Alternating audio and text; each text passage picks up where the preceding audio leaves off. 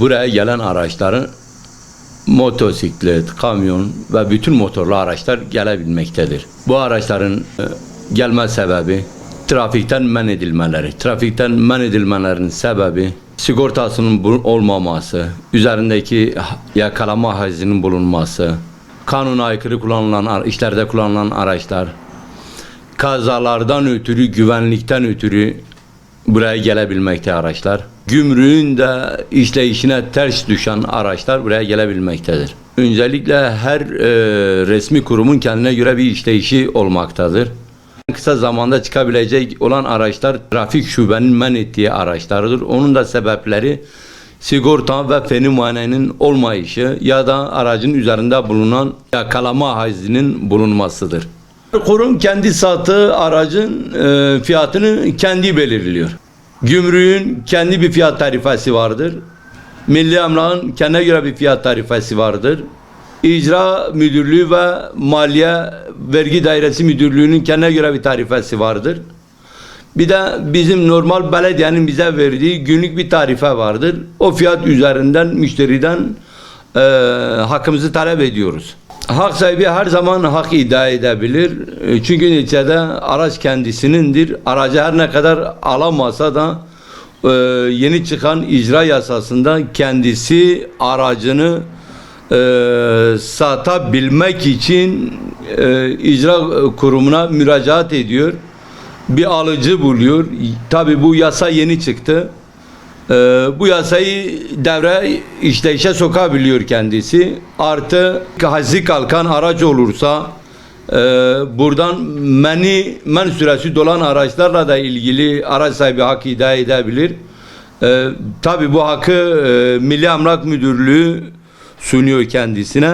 Milli Emlak ve Trafik kendisine ihbarname gönderiyor. Aracını al diyor.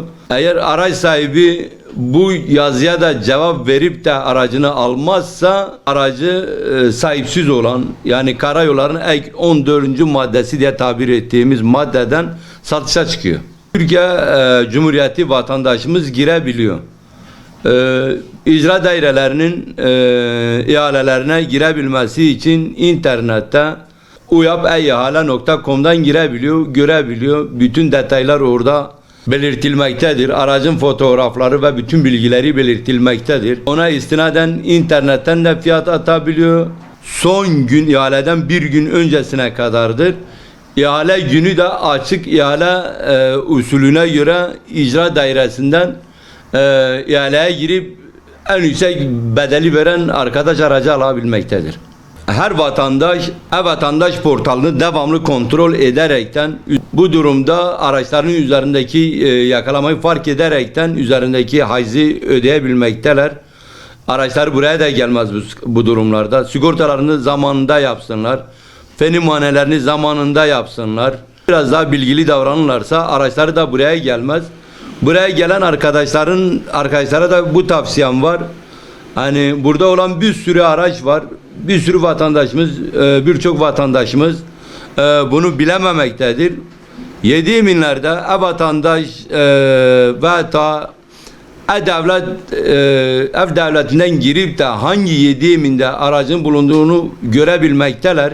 Araçlarını buradan alsınlar. Çünkü kontrol ettiklerinde birçok aracın buradan artık arabilecekleri durumda olduğunu görmekteyiz. Bu araçlar burada olan vatandaşlar ilgili kurumlara gitsinler, araçlarını almak için müracaatında bulunsunlar. Birçok vatandaşımız buraya gelen araçların artık kendilerinden alındığını sanıyorlar. Verilmediğini sanıyorlar, verilmeyeceğini sanıyorlar. Oysa yasalar gereği araçlar buradadır. Bu yasaları da uygulayan resmi kurumlarımız vardır. Resmi kurumlarımız da araçları vatandaşa verebilmek için ellerinden geleni yapıyorlar zaten. Yeter ki vatandaş müracaatta bulunsun.